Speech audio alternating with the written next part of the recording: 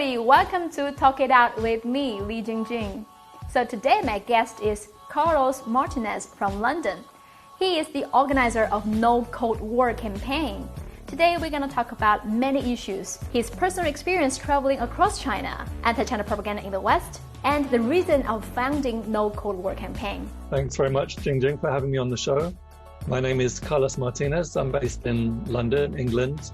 I'm an activist and campaigner and writer and researcher.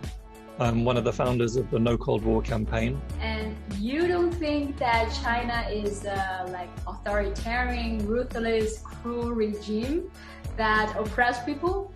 No, I mean, this is a caricature. This is what you'd think about China if all you came across was kind of the Western media portrayal. Mm-hmm. I went to China myself in December 2019 for 3 weeks as part of a Silk Road tour, actually. So a few of us went to Beijing, to Xi'an, to Dunhuang, to Urumqi. You know, there were some of us on the tour from Britain, from London, some from the US, different places in the US, but mainly New York and Chicago. And I think everybody was really struck by how modern and how clean and how nice the Chinese cities are and how good the quality of life is. One thing that really struck us immediately was that you can walk around Beijing all day to different suburbs and you won't see homelessness. You won't see people who don't have access, to anywhere to live.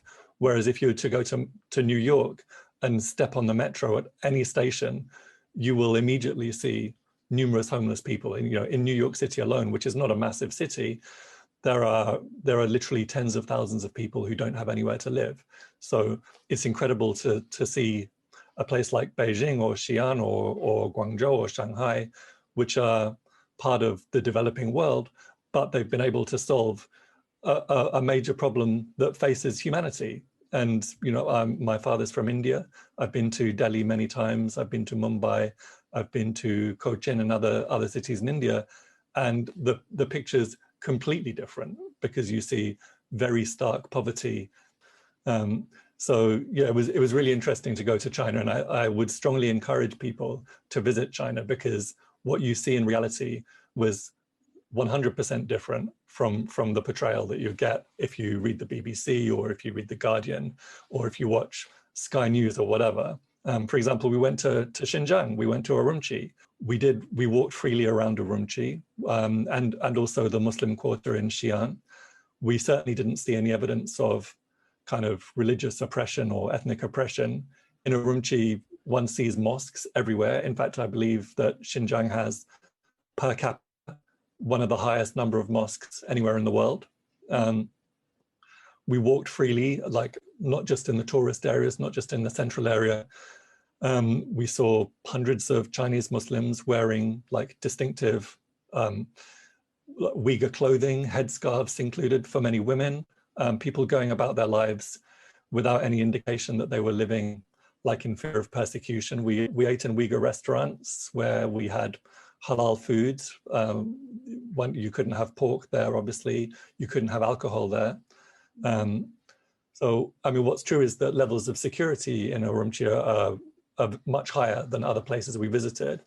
You walk through metal detectors and you have your bags x-rayed and things like that, which is, of course, a response to the wave of terror attacks starting in the 1990s.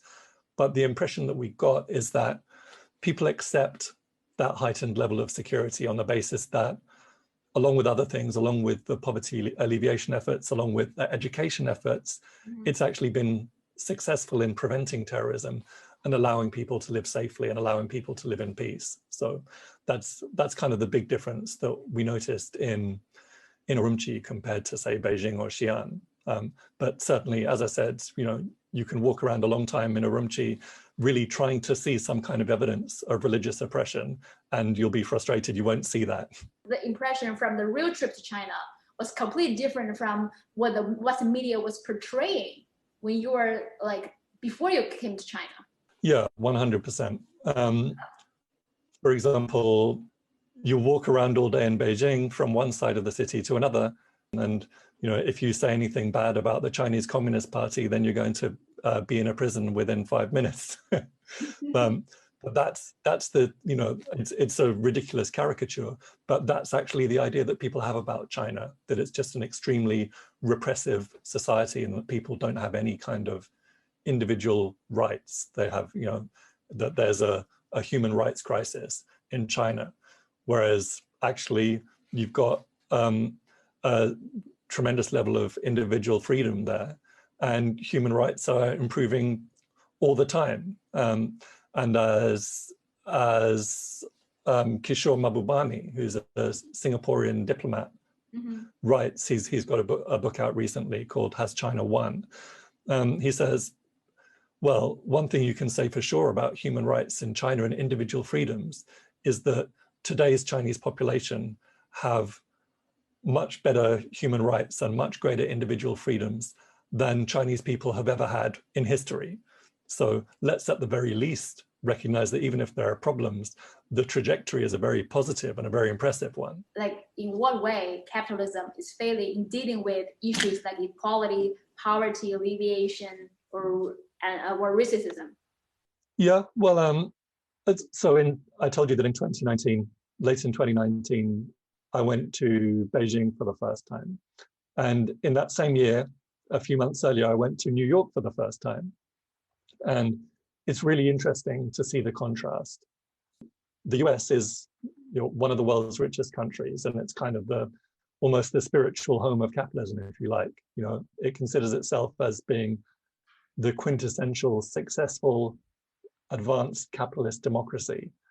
And yet there's a huge proportion, literally tens of millions of people, who live in abject poverty, who don't know where the next meal is coming from.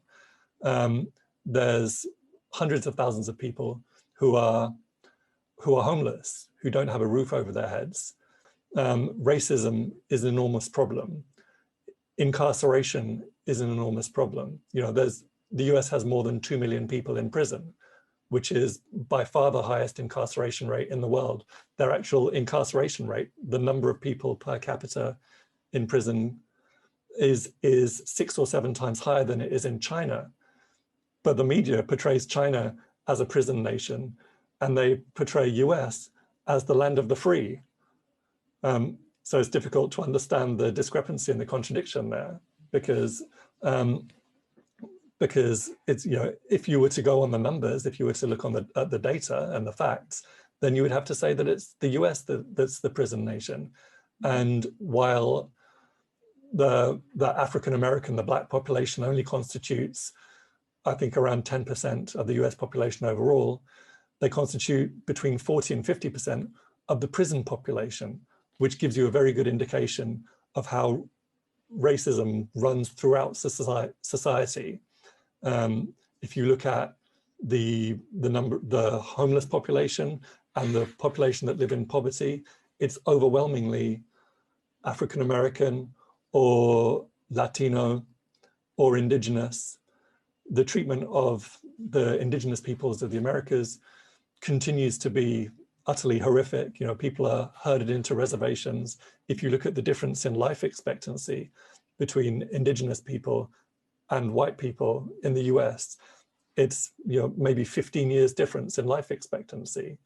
There would be mass worldwide hysterical outrage if the difference between the life expectancy for Han Chinese and Uyghurs was 15 years. Mm-hmm.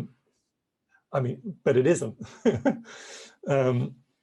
So, the capitalism has got these enormous problems that even very wealthy countries can't solve. And as I said to you before, one of the first things we noticed in Beijing, coming from New York and coming from London, is, mm-hmm. Okay, one doesn't see homeless people, mm-hmm. One doesn't see people begging on the streets. Where I can walk outside of my front door and I would have to go maybe 30 meters before I saw someone that I saw someone who was living on the streets. To many people, they're probably going to be very surprised knowing there are people like you guys that are outside of China, that are not Chinese, but are willing to speak up for China. fight against U.S. government's aggressive actions and statements towards China. And some people probably gonna guess, well, you guys probably are just funded by Chinese government to speak positive things about China. So can you tell us what was the reason? Yeah, I mean, I think probably from outside the West, it's difficult to understand how much sort of ideological pressure there is. And there's this mainstream narrative that is able to construct essentially fake news about China. And it's the same process that had people believing that Iraq had weapons of mass destruction and that it could attack London or Washington within 45 minutes. These are established methods of building a public consensus to build public support for attack. In this case, in terms of all the kind of basically pretty hysterical propaganda around Xinjiang and around Taiwan and around the South China Sea and around Hong Kong, it's about building support for the new Cold War. It's about building support for this process of military escalations, rearmament of Japan, the placing of the THAAD missile system in Guam and in South Korea, the construction of military bases all around the Pacific. The US has 800 military bases. And their number one target is containing China and preventing a system whereby US hegemony is broken and we move to a more democratic, a multipolar system of international relations. So essentially, the US administration in particular is very much focused on preventing that from happening, and demonizing China and pursuing a new Cold War is a part of that. And Britain in particular is joining in with that, especially after Brexit. We're in a situation where Britain very much needs to have close economic relations with the US. And that essentially means kind of outsourcing its foreign policy and allowing its foreign policy to be written in Washington rather than in London. I think the EU, there are still contradictions there in terms of the relationship between continental Europe and China, but the EU is able to act with much more independence because it's much less reliant on the US. But unfortunately, with Britain, you can see in terms of offering the BNO passports to Hong Kong residents, so offering residency to Hong Kong residents, in terms of cutting Huawei out of the 5G infrastructure. At this point, we're taking our instructions from the US. Mm-hmm.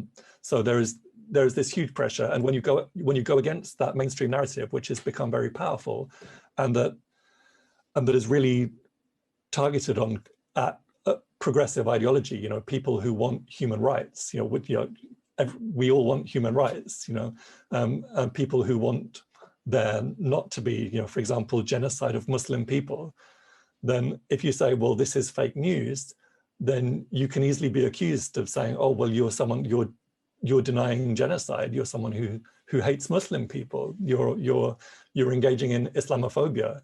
Never mind that you might have spent your whole political life fighting against Islamophobia and fighting against the genocidal wars that have been waged against Muslim countries by Britain and by the US in Afghanistan, in Iraq, in Syria, in Libya, or for the rights of Palestinian people. But now, because you're not buying into this fake news narrative, then all of a sudden, there's a lot of pressure on you that you're a genocide denier and that you're against Muslim people and Muslim traditions and beliefs. So yeah, that is a lot of pressure. And almost any time I say something, like I do a TV appearance or write an article defending something or saying something positive about China, I do see how powerful this propaganda skill is in Western media. And I kind of feel from what I saw on Twitter or Facebook, a large amount of people in the West genuinely believe there were a genocide or there were concentration camps in Xinjiang, there was systematic rape in Xinjiang. So you read those news as well, but how do you judge the whole situation? freedom of speech and independence of the press is considered a very important thing, but that kind of masks the fact that the press, there's an ownership structure around the media. I can't just set up a major news website. That requires millions and millions of pounds. So even the so-called independent press, it's still a capitalist press, and it's still pushing a narrative that suits particular interests. And in Britain, those are tied to the interests of the British government and the British ruling class. In the US, the press is tied to the interests of the US government and the American ruling class. So I'm used to reading in a critical way, and I feel like people should really read more critically, because we all recognize now that what was said about the weapons of mass destruction in Iraq was a lie. And we all recognize now that what was said about Libya before NATO launched its war was a lie. So we don't have to look back very far in history to see that there's this pattern where the media pushes forward a particular narrative that, as I said before, around a specific piece of foreign policy. In those cases,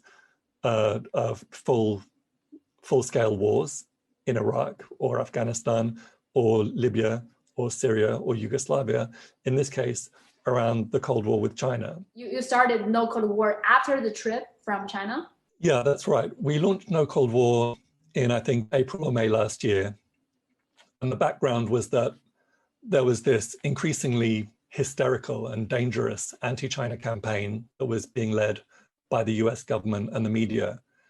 And you know that hostility to China in Western policy circles has been increasing for a number of years, as it becomes clear that China is on its way to becoming a major power, and it poses some kind of threat to US dominance, to US hegemony. The pivot to Asia was initiated, for example, by the Obama administration.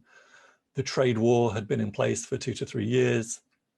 The US has been stoking tensions in the South China Sea and engaged in an escalation or a China encirclement campaign for a long time.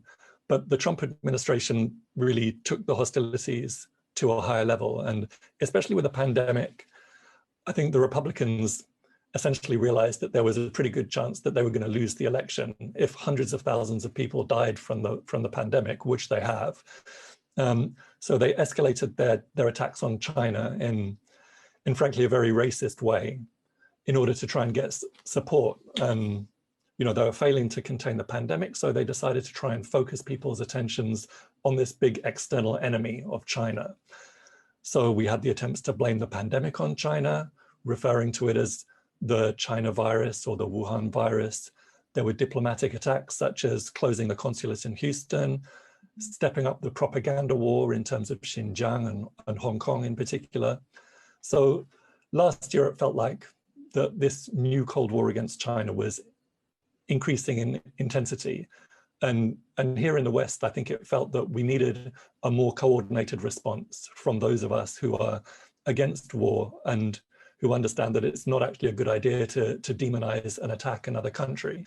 The most important reason ultimately is that whether we're in London or New York or Beijing, we're all the same species, we're sharing the same planet, we share the same natural resources, and we face a lot of the same problems. These problems, pandemics, climate change, war, poverty, they require cooperation, coordination. They can't be solved in the context of military threats, relentless propaganda, diplomatic hostility. As a campaign, we really believe that those major problems we face in the world have to be solved at a global level, and that any kind of Cold War stands in the way of that. We stand for global cooperation, mutual understanding, and against decoupling, against Cold War.